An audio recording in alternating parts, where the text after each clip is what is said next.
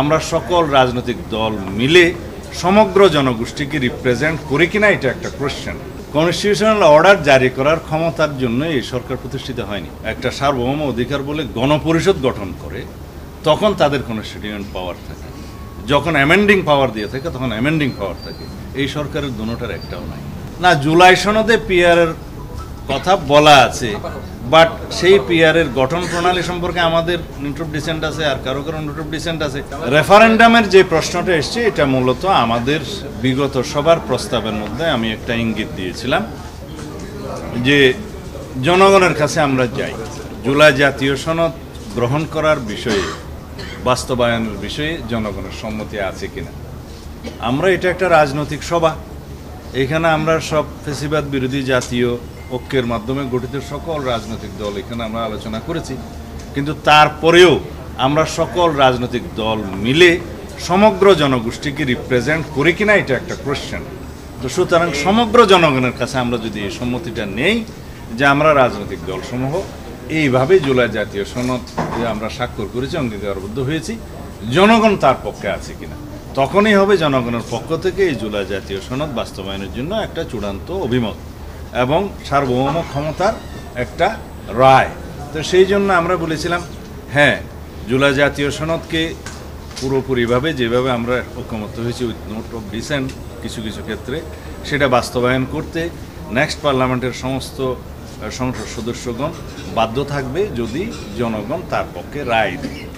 তো সেই জন্য একই সংসদ নির্বাচনের দিনে একই দিনে আমরা আরেকটা আলাদা ব্যালটে সেই জুলাই জাতীয় সনদের পক্ষে জনরায়টা নেয়ার জন্য বলেছে, সেটাই রেফারেন্ডাম।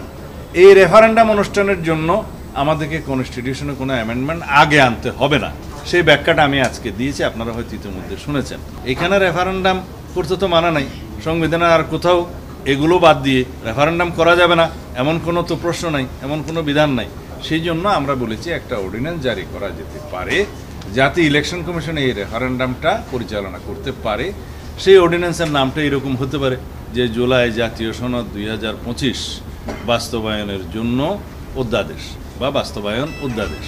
সেই অধ্যাদেশে থাকবে যে নির্বাচন কমিশনকে এখতিয়ার দেওয়া হলো এরকম একটি রেফারেন্ডাম পরিচালনা করার জন্য জাতীয় সংসদ নির্বাচনের একই সাথে একই দিনে আলাদা ব্যালটে।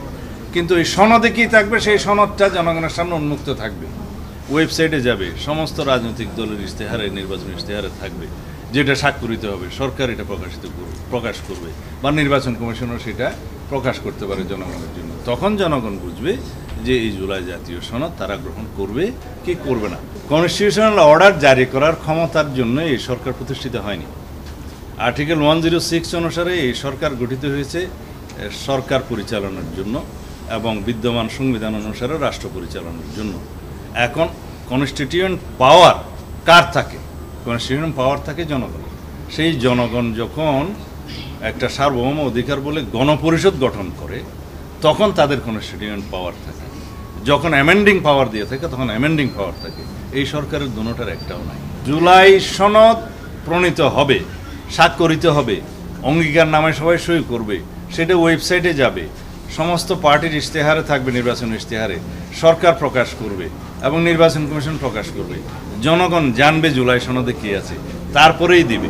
এখন বলা হচ্ছে যে যেগুলো নোট অফ ডিসেন্ট আছে ওইটাও সনদে উল্লেখ আছে যে যে সমস্ত দল ইশতেহারে উল্লেখপূর্বক জনম্যান্ডেট পাবে সেই সমস্ত দল তাদের নোট অফ ডিসেন্ট অনুসারে যেতে পারবে না। জুলাই সনদে পিআরের কথা বলা আছে, বাট সেই পিআরের গঠন প্রণালী সম্পর্কে আমাদের নোট অফ ডিসেন্ট আছে, আর কারো কারো নোট অফ ডিসেন্ট আছে।